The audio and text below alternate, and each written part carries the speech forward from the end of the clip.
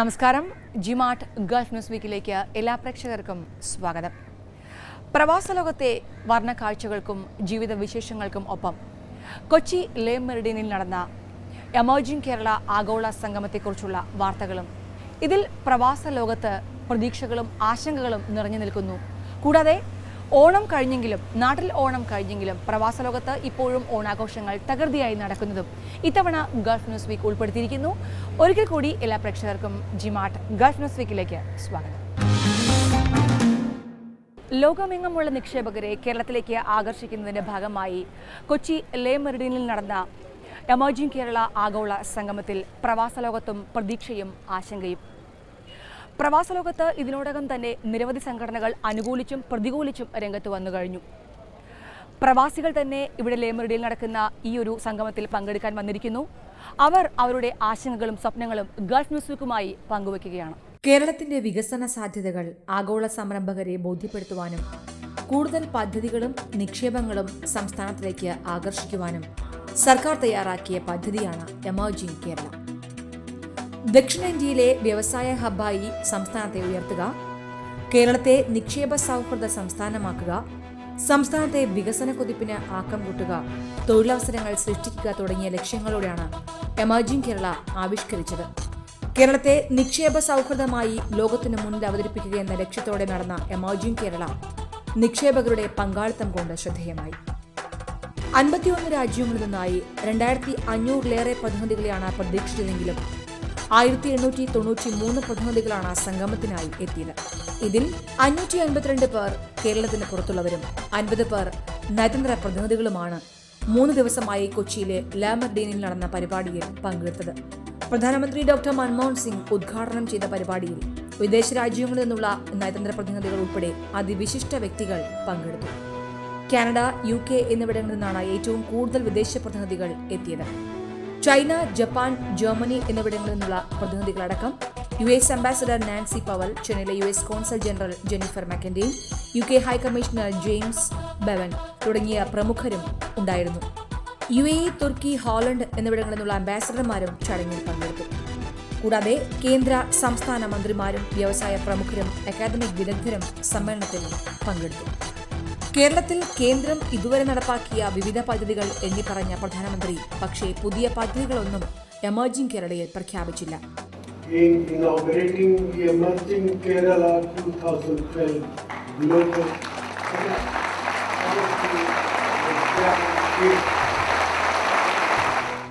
Emerging കേരളയെക്കുറിച്ച് പ്രവാസികൾക്കിടയിലും പ്രതീക്ഷകൾ തന്നെയാണ്. നമ്മുടെ നാട്ടിൽ പുതിയ പദ്ധതികൾ വരുന്നതിനെ ഇരുകൈയും നീട്ടി പ്രവാസികൾ സ്വീകരിക്കുകയാണ്. എമർജിംഗ് കേരളയിലെ പദ്ധതികൾ യാഥാർത്ഥ്യമാകും എന്ന് തന്നെയാണ് പ്രവാസിയായ ഇന്റർനാഷണൽ എനർജി ഫോറത്തിന്റെ ഇന്ത്യയിൽ നിന്നുള്ള പ്രതിനിധിയായ മലയാളി ഇബ്രാഹിം സുബ്ഹാൻ പ്രതീക്ഷിക്കുന്നത്. എമർജിംഗ് കേരളയെ എങ്ങനെ ഒറ്റുനോക്കുന്നു ഒരു IF പ്രതിനിധി എന്ന നിലയിൽ?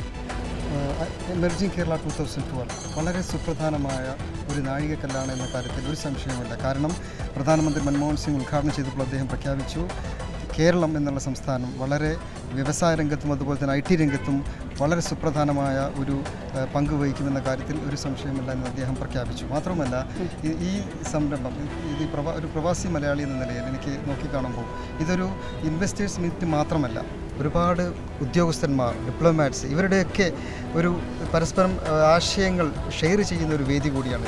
പ്രവാസികളുടെ മുഖ്യ പ്രശ്നം എന്ന് പറഞ്ഞാൽ അവരുടെ ഒരു സേഫ്റ്റി, അതായത് അവരുടെ ഇൻവെസ്റ്റിന് ഒരു ഉത്തരവാദിത്വം ഈ ഗവൺമെൻറ് ഏറ്റെടുക്കുകയാണ്. നിരവധി വ്യവസായികൾ ഇവിടെ സംരംഭം നടത്താൻ തയ്യാറാണ്.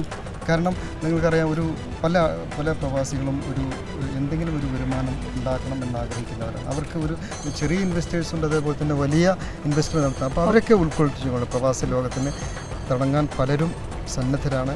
ഈ ഗവൺമെൻറ്, സംസ്ഥാന കേന്ദ്ര ഗവൺമെൻറ്റുകൾ മുന്നിട്ടിറങ്ങിയാൽ തീർച്ചയായും പ്രവാസികളുടെ ഭാഗത്തു നിന്ന് വളരെ വലിയ സംരംഭത്തിനാണ് തുടക്കം. കാരണം അവിടെ ഇപ്പോൾ സിറ്റുവേഷൻ മാറിക്കൊണ്ടിരിക്കുകയാണ്. സൗദി അറേബ്യയിലൊക്കെ നമുക്കറിയാം, അവിടുത്തെ സ്വദേശവൽക്കരണവുമായി ബന്ധപ്പെട്ട് നിരവധി, പിന്നെ അതുമാത്രമല്ല പല വ്യവസായങ്ങളും പല റെസ്ട്രിക്ഷനൊക്കെ വരാൻ പോകുന്നത്. അതൊക്കെ മാറ്റിക്കൊണ്ട് ഇവിടെ കേരളത്തിൽ അവർ തുടങ്ങാൻ കഴിയുകയാണെങ്കിൽ തീർച്ചയായും അവർ ഇതിന് മുന്നിട്ട് വരുമെന്ന കാര്യത്തിൽ ഒരു സംശയമില്ല. നമ്മുടെ നാട്ടിലെ യുവാക്കൾക്ക് അന്യരാജ്യങ്ങളിൽ ജോലി ചെയ്യാതെ ഇവിടെ തന്നെ ജോലി നേടാൻ എമർജിംഗ് കേരളയിലെ പദ്ധതികൾ നിലവിൽ വന്നാൽ സാധിക്കുമെന്നും അദ്ദേഹം വ്യക്തമാക്കി. നിങ്ങൾക്കറിയാം, കേരളത്തിലെ 3,33,00,000 ജനങ്ങളിൽ 46 ലക്ഷം വിദേശത്താണ്. അതിൽ ഒരു ബഹുഭൂരിഭാഗം 22 ലക്ഷത്തോളം സൗദി അറേബ്യയിലാണ്. ഇവിടെ നിങ്ങൾക്കറിയാം, തൊഴിൽ പ്രശ്നങ്ങളുമായി നിരവധി പേർ ഇങ്ങോട്ട് വരികയാണ്. ഇവിടെ തന്നെ 46 ലക്ഷത്തോളം യുവാക്കൾ, അഭ്യസ്ത വിദ്യരായ യുവാക്കൾ, ബിടെക്, അതേപോലെ തന്നെ കഴിഞ്ഞ വെറും ക്ലറിക്കൽ പോസ്റ്റ് ചെയ്യുന്ന എത്രയോ ആളുകൾ നമുക്കറിയാം. അവർക്ക് ആ യുവാക്കൾ വളരെ ആകാംക്ഷയോടുകൂടിയാണ് ഈ പദ്ധതികളെയൊക്കെ നോക്കിക്കാണുന്നത്. കാരണം ഇത്തരം പദ്ധതികൾ ബഹുമാനപ്പെട്ട മുഖ്യമന്ത്രി വളരെ ഇന്നത്തെ സംസാരിച്ച മുഖ്യമന്ത്രി, അതുപോലെ തന്നെ ബഹുമാനപ്പെട്ട വ്യവസായ മന്ത്രി പി കെ കുഞ്ഞാലിക്കുട്ടിയും വളരെ അർത്ഥശങ്കക്കില്ലാതെ പറഞ്ഞത് യുവാക്കൾ ഞങ്ങളുടെ കൂടെ ഉണ്ടാവും. അതാണ് ഞങ്ങളുടെ പ്രതീക്ഷ. അതിനെ തടുക്കാൻ, അവരുടെ സ്വപ്നത്തെ തകർക്കാൻ ആര് വിചാരിച്ചാൽ നടക്കില്ല എന്നുള്ള ഒരു ഉമ്മൻചാണ്ടിയുടെ പ്രഖ്യാപനം കയ്യടിയോടുകൂടിയാണ് ഇന്നത്തെ ഈ 52 രാജ്യങ്ങളുടെ പ്രതിനിധികൾ ഉൾപ്പെട്ട ഈ സമ്മേളനം പ്രഖ്യാപനം. ഞാൻ അവിടുന്ന് കിട്ടുന്ന ഇൻഫർമേഷൻ തീർച്ചയായിട്ടും ഇൻ്റർനാഷണൽ എനർജി ഫോറത്തിൽ അത് ഷെയർ ചെയ്ത് അവരുടെ ഭാഗം എന്താണെന്ന് ചെയ്യാൻ ശ്രമിക്കും. വിദ്യാഭ്യാസ രംഗത്തും മറ്റ് ഗൾഫ് മേഖലയിൽ സജീവമായ അൽ അബീർ ഗ്രൂപ്പ് കേരളത്തിലും നിക്ഷേപത്തിന് തയ്യാറായി മുന്നോട്ട് വന്നു. എമർജിംഗ് കേരളയുടെ ഭാഗമായാണ് 800 കോടി രൂപ മുതൽ മുടക്കി പദ്ധതിക്ക് തുടക്കമിടുന്നത്. പ്രവാസികൾക്ക് പദ്ധതിയുടെ ഗുണം ലഭിക്കുമെന്ന് വക്താക്കൾ അറിയിച്ചു. എമർജിംഗ് കേരളയിൽ ഞങ്ങൾ പ്രവാസികൾക്ക് വേണ്ടി ഒരു പ്രൊജക്റ്റ് സബ്മിറ്റ് ചെയ്തിട്ടുണ്ട്. ഞങ്ങൾ സബ്മിറ്റ് ചെയ്തിട്ടുള്ള പ്രപ്പോസലിൽ ഒരു കംപ്ലീറ്റ് എഡ്യൂക്കേഷണൽ സിറ്റിയാണ്. KG സ്കൂൾ മുതൽ തുടങ്ങിയിട്ട് മെഡിക്കൽ, പാരാമെഡിക്കൽ കോഴ്സ് ഒരു ഭാഗത്ത്, എൻജിനീയറിംഗ്, ഇത്തരം കാര്യങ്ങൾ വേറെ രീതിയിൽ ഇന്ത്യയിൽ തന്നെ കംപ്ലീറ്റ് സ്റ്റുഡൻസ് ഞങ്ങൾ പ്രതീക്ഷിക്കുന്നുണ്ട്. മാത്രമല്ല ഗൾഫിൽ, മിഡിൽ ഈസ്റ്റിൽ നിന്ന്, പ്രത്യേകിച്ച് സൗദി അറേബ്യയിൽ നിന്നൊക്കെ ഞങ്ങൾ 32 വർഷത്തെ സൗദി അറേബ്യയിലുള്ള പരിചയം കൊണ്ട് അവിടുന്ന് സൗദി സ്റ്റുഡൻസിനെ ഇങ്ങോട്ട് അട്രാക്റ്റ് ചെയ്യാനുള്ള ആ ലെവലിലുള്ള ഒരു ഇൻ്റർനാഷണൽ ലെവലിലുള്ള എഡ്യൂക്കേഷൻ ഫെസിലിറ്റിയാണ് നമ്മൾ തയ്യാറാക്കുന്നത്. അതുപോലെ ഇൻവെസ്റ്റേഴ്സിന് ഇതിലുള്ള എന്ന് പറഞ്ഞാൽ നമ്മളൊരു ഇൻ്റർനാഷണൽ ഫെസിലിറ്റിയുള്ള ഒരു ഹോസ്പിറ്റലാണ് ഇതിൽ ഉദ്ദേശിക്കുന്നത്. അതിലൂടെ ഇൻവെസ്റ്റേഴ്സ് നല്ല റിട്ടേൺസ് ഞങ്ങൾ ഓഫർ ചെയ്യുന്നുണ്ട്. വിദ്യാഭ്യാസം നല്ല കഴിവുള്ള NRI കുട്ടികളുണ്ട്, പഠിപ്പിക്കാൻ കഴിയാത്ത അവർക്ക് ഒരു ഫ്രീ എഡ്യൂക്കേഷൻ നമ്മൾ ഒരു സോഷ്യൽ റെസ്പോൺസിബിലിറ്റി എന്ന രീതിയിൽ നമ്മളിതിൽ ഓഫർ ചെയ്യുന്നുണ്ട്. നിരവധി പ്രവാസി ബിസിനസ് പ്രമുഖർ കോടികളുടെ നിക്ഷേപ സാധ്യതകളാണ് എമർജിംഗ് കേരളയിൽ മുന്നോട്ട് വച്ചത്.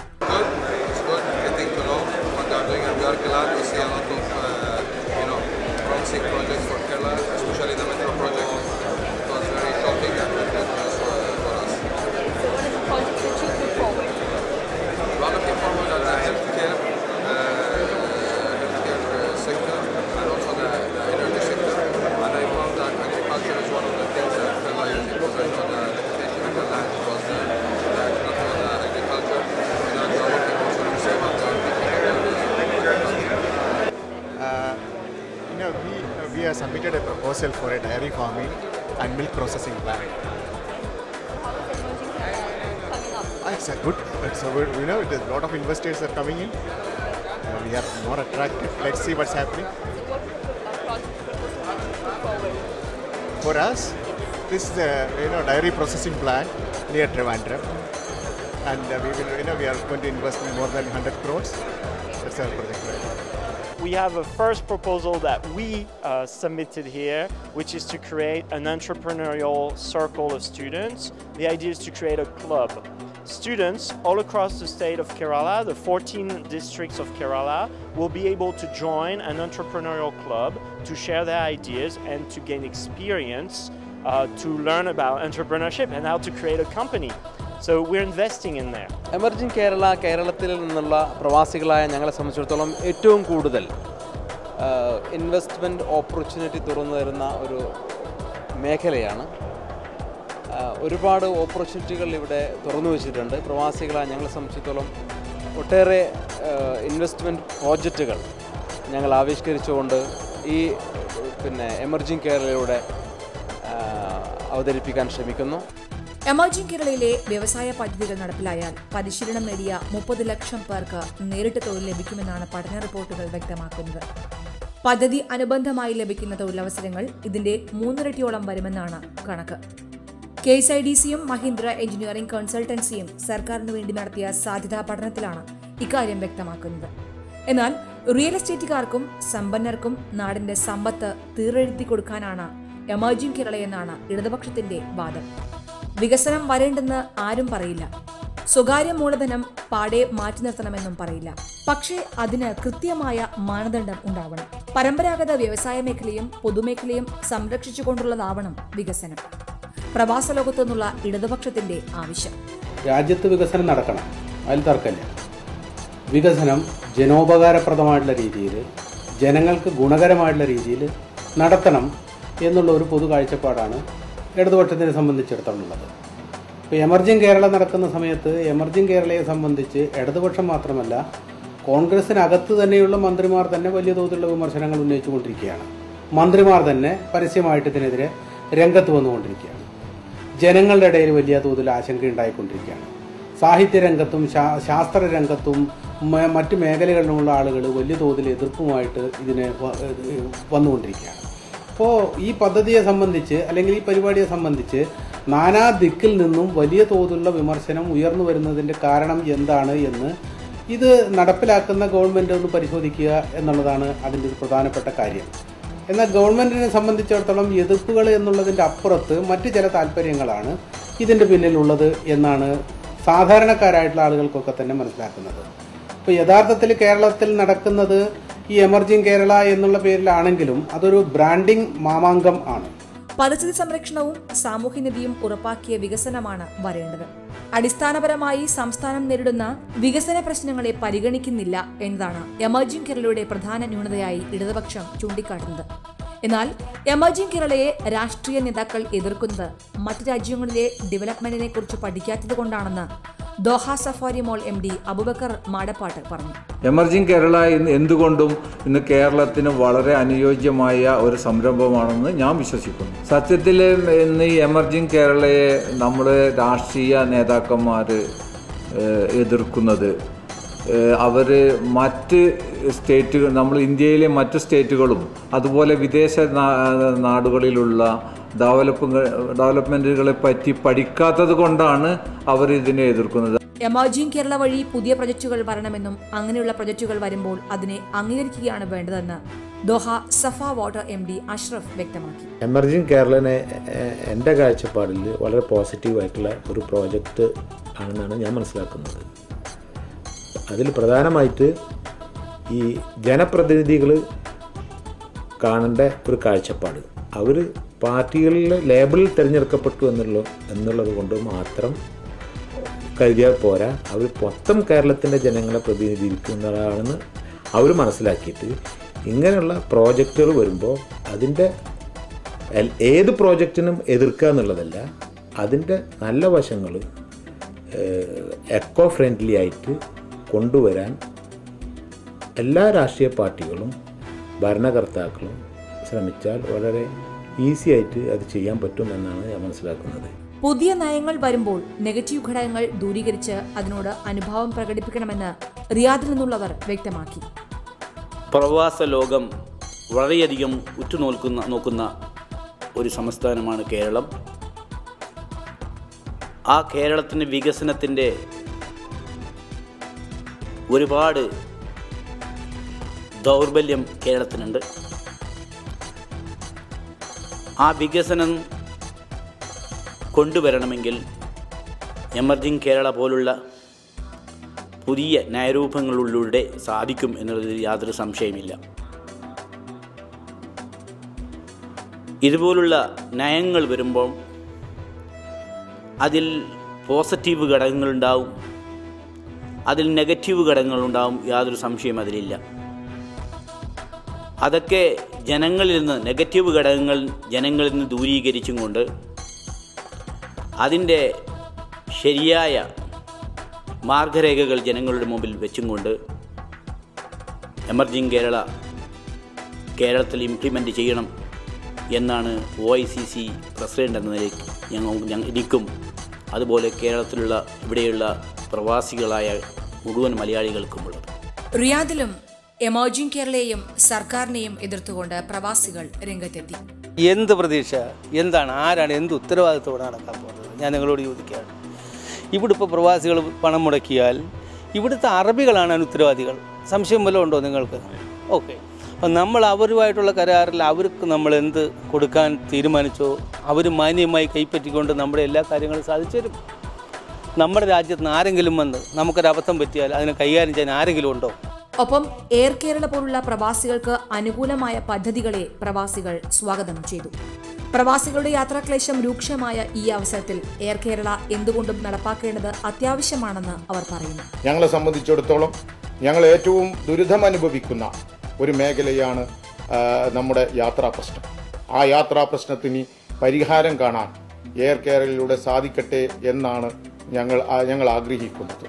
അതുകൊണ്ട് തന്നെ എയർ കേരള പോലെയുള്ള അതുപോലെ പ്രവാസികൾ കൊണ്ടുവരുന്ന ഒട്ടനവധി പദ്ധതികൾ വിജയിപ്പിക്കുന്നതിന് വേണ്ടിയും എമർജിംഗ് കേരള ഒരു മഹത്തായ ഒരു വിപ്ലവമായി കേരളത്തിൽ ഉയരട്ടെ എന്ന് ആശംസിക്കുന്നതോടൊപ്പം കേരളത്തിലെ അനാവശ്യ വിവാദങ്ങൾ ഉണ്ടാക്കി കേരളത്തിന്റെ വികസനത്തെ മുരടിപ്പിക്കുന്ന രാഷ്ട്രീയ നേതാക്കന്മാർ, സാംസ്കാരിക പ്രവർത്തകർ ഇനിയെങ്കിലും ചിന്തിച്ച് മറ്റ് സംസ്ഥാനത്തോടൊപ്പം നമ്മുടെ സംസ്ഥാനത്തെയും ഉയർത്തുവാൻ മുന്നോട്ട് വരണം എന്ന് അഭ്യർത്ഥിക്കുകയാണ് ഈ അവസരത്തിൽ.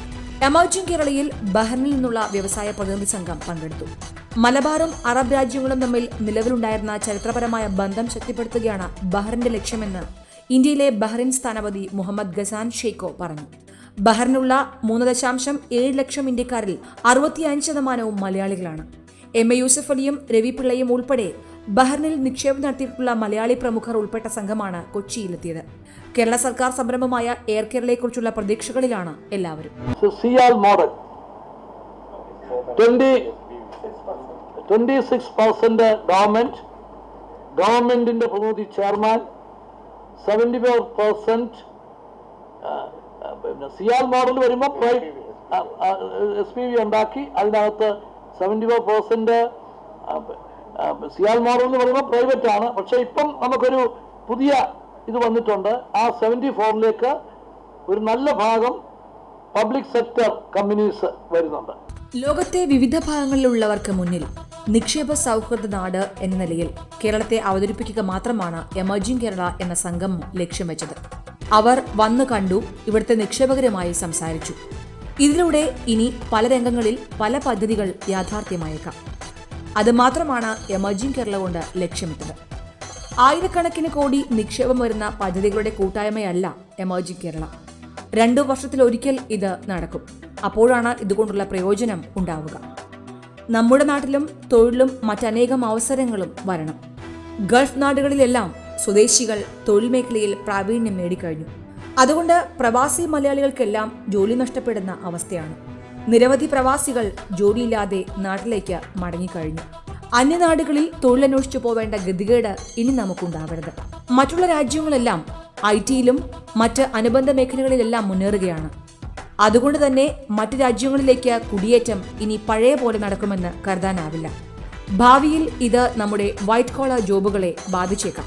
അതിനാൽ കേരളത്തിനകത്ത് നിക്ഷേപാവസരങ്ങൾ സൃഷ്ടിക്കുക മാത്രമാണ് ഇതിനൊരു പോംവഴി. എണ്ണപ്പാടമാണ് ഏതൊരു രാജ്യത്തിന്റെയും വരുമാന സ്രോതസ്സെന്ന് ഇന്ത്യക്കാർ, പ്രത്യേകിച്ചു കേരളീയർ, ധരിച്ചു വച്ചിട്ടുണ്ട്.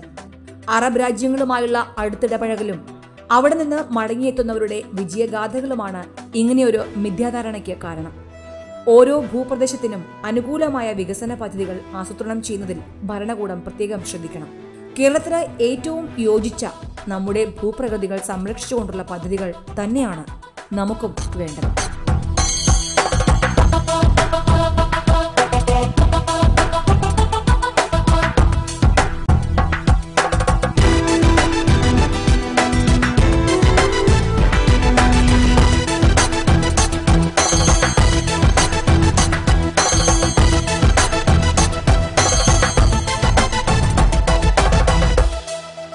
Emerging Kerala, investors' own destination. Tourism മേഖലയിൽ കൂടുതൽ ഊന്നൽ നൽകാൻ UAE തീരുമാനിച്ചു. ഇതിന്റെ ഭാഗമായി ആഭ്യന്തര വിമാന സർവീസ് UAE കൂടുതൽ ആരംഭിച്ചിരിക്കുകയാണ്. എമിറേറ്റുകളെ തമ്മിൽ ബന്ധിപ്പിച്ചുകൊണ്ടുള്ള ആഭ്യന്തര വിമാന സർവീസ് ടൂറിസ്റ്റ് മേഖലയിൽ കൂടുതൽ മുതൽക്കൂട്ടാകുമെന്ന് UAE കരുതുന്നു. റൊട്ടാന ജെറ്റ് എയർലൈൻസ് അബുദാബിയിൽ നിന്ന് Fujairah, Al Ain, Sharjah, Ras al Khaimah എന്നിവിടങ്ങളിലേക്കും തിരിച്ചും വിമാന സർവീസ് തുടങ്ങുന്നു. നിലവിൽ ബിനിയാസ്, ഡൽമ ദ്വീപ് എന്നിവിടങ്ങളിലേക്ക് സർവീസ് ഉണ്ട്. ഭാവിയിൽ രാജ്യാന്തര വിമാനങ്ങളുമായി ആഭ്യന്തര സർവീസിനെ ബന്ധിപ്പിക്കും. അബുദാബി രാജ്യാന്തര വിമാനത്താവളത്തിൽ നിന്ന് ഫുജൈറയിലേക്ക് ഈ ആഴ്ച മുതലും അലൈനിലേക്ക് അടുത്ത ആഴ്ചയിലും രാവിലെയും വൈകിട്ടും വിമാനങ്ങളുണ്ട്. 50 സീറ്റുകളുള്ള ERJ 145 എയർക്രാഫ്റ്റാണ് യാത്രയ്ക്കായി ഉപയോഗിക്കുക. ദുബായ് സർവീസ് ആരംഭിക്കാനുള്ള സാധ്യത തള്ളിക്കളയാനാകില്ലെന്ന് Rotana jet chairman doctor Sheikh Ahmed bin Saif Al Nahyan വാർത്താസമ്മേളനത്തിൽ അറിയിച്ചു. It's high time for aviation organization to take up their responsibilities. Hence, national airline being vital contributor to our economy are capable to taking part of transforming this vision into reality. And Rotana Jet is no exception. Our commitment to these goals is evident in the expansion of Rotana Jet network. UAEയുടെ വിനോദസഞ്ചാര വ്യവസായത്തിനും ഇത് മുതൽക്കൂട്ടാകുമെന്നാണ് പ്രതീക്ഷ. Rotana ജെറ്റിന് ആഭ്യന്തര service നടത്താൻ പ്രത്യേക സൗകര്യം Abu Dhabi വിമാനത്താവളത്തിൽ ഏർപ്പെടുത്തിയിട്ടുണ്ടെന്ന് Adak CEO Ahmed അൽ ഹദാദി അറിയിച്ചു. 5 minute കൊണ്ട് ചെക്ക് ഇൻ ചെയ്യാൻ സാധിക്കുമെന്നും അദ്ദേഹം പറഞ്ഞു. ഏതാണ്ട് 25 മിനിറ്റ് കൊണ്ട് വിമാനം ഫുജൈറയിലെത്തുമെന്ന് അഹമ്മദ് അൽ ഹദാദി പറഞ്ഞു. ഫുജൈറയുടെ വാണിജ്യ വിനോദസഞ്ചാര വികസനത്തിന് റൊട്ടാന ജെറ്റ് എയർവേസ് സേവനം മുതൽക്കൂട്ടാകുമെന്ന് Fujairah civil aviation chairman Mohammed Al Salami വ്യക്തമാക്കി.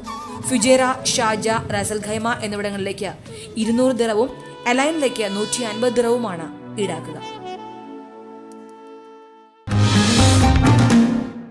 ലോകത്തെവിടെയായിരുന്നാലും ആഘോഷങ്ങൾ കെങ്കേമമാക്കുന്നവരാണ് മലയാളികൾ. നാട്ടിൽ ഓണവും പെരുന്നാളുമെല്ലാം സമാപിച്ചെങ്കിലും പ്രവാസ ലോകത്ത് ഓണാഘോഷങ്ങൾ തുടങ്ങുന്നതേയുള്ളൂ. നാട്ടിൽ നിന്നും ഓണ അവധി കഴിഞ്ഞ് പ്രവാസ ലോകത്ത് തിരിച്ചെത്തിയ മലയാളികൾ പൂക്കളമിട്ടും സദ്യവട്ടമൊരുക്കിയും കലാപരിപാടികൾ സംഘടിപ്പിച്ചും ഓണത്തെ വരവേൽക്കുകയാണ്. പെരുന്നാളും ഓണവും കഴിഞ്ഞിട്ട് ദിവസങ്ങൾ പിന്നിട്ടെങ്കിലും പ്രവാസ ലോകത്ത് ഇപ്പോഴും ഈദ് ഓണം ആഘോഷങ്ങൾ തുടരുകയാണ്. അവധിക്കാലം കഴിഞ്ഞ് നാട്ടിൽ നിന്നും മടങ്ങുന്നവർക്ക് സ്വദേശത്തെയും വിദേശത്തെയും ആഘോഷങ്ങളിൽ പങ്കെടുക്കാനായത് ഇരട്ട മാധുര്യമാണ് നൽകിയത്. നീണ്ട വേനലവധി കഴിഞ്ഞ് തട്ടകങ്ങളിൽ മടങ്ങി വരുന്നവർക്ക് വ്യത്യസ്ത ആഘോഷങ്ങളിൽ പങ്കെടുക്കാനാണ് അവസരം ലഭിച്ചത്. സംഘടനാ ഭാരവാഹികളിൽ ഭൂരിപക്ഷവും അവധിക്കാലം നാട്ടിൽ ചെലവഴിച്ചതിനാൽ പ്രവാസ ലോകത്ത് കഴിയുന്നവർക്കൊപ്പം വീണ്ടും ആഘോഷിക്കാൻ അവസരം ലഭിച്ചിരിക്കുകയാണ്. ഇത്തവണ സീസൺ കഴിഞ്ഞിട്ടും വൻതോതിൽ വാഴയില, പഴം, പച്ചക്കറി എന്നിവ എത്തിക്കൊണ്ടിരിക്കുകയാണ്. വാരാന്ത്യ ദിനമാണ് ആഘോഷത്തിന് തെരഞ്ഞെടുക്കുന്നത്. നവോദയ റിയാദിൽ വിപുലമായ ഈദ് ഓണസംഗമം സംഘടിപ്പിച്ചു. വൈവിധ്യമാർന്ന മത്സരങ്ങളും നാടൻ കലാകായിക പരിപാടികളും ആഘോഷത്തിന്റെ ഭാഗമായി നടന്നു.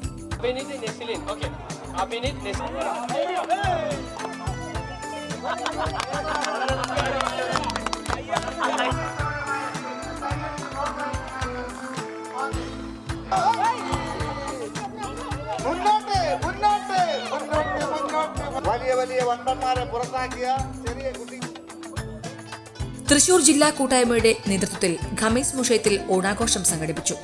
കേരളത്തിൽ നിന്ന് കൊണ്ടുവന്ന വാഴയിലയും പച്ചക്കറികളുമായി വളരെ വിപുലമായിട്ടായിരുന്നു സംഘടനയുടെ ഓണാഘോഷം.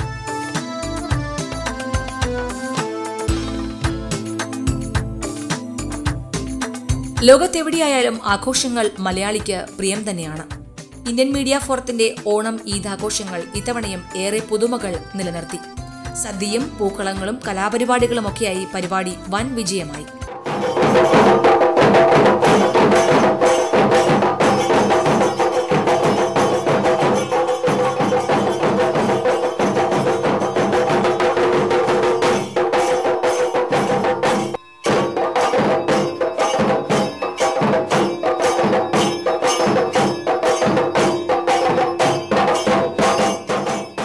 ദുബായ് സേവനം അവതരിപ്പിച്ച ഓണാഘോഷം വ്യത്യസ്തമായി. നാട്ടിലെ പോലെ ശിങ്കാരിമേളവും മറ്റും ആഘോഷത്തിന് കൊഴുപ്പേകി.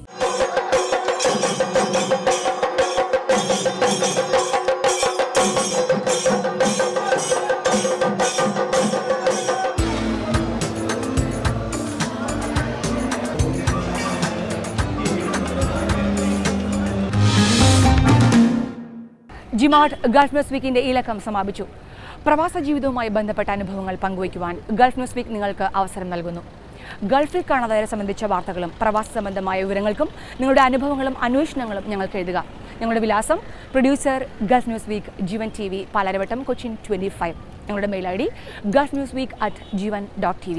ടെലിഫോൺ നമ്പർ 0484233815 അല്ലെങ്കിൽ 0484233816. ജിമാർട്ട് ഗൾഫ് ന്യൂസ് വീക്ക് വീണ്ടും അടുത്തയാഴ്ച ഇതേ ദിവസം ഇതേ സമയം. നമസ്കാരം.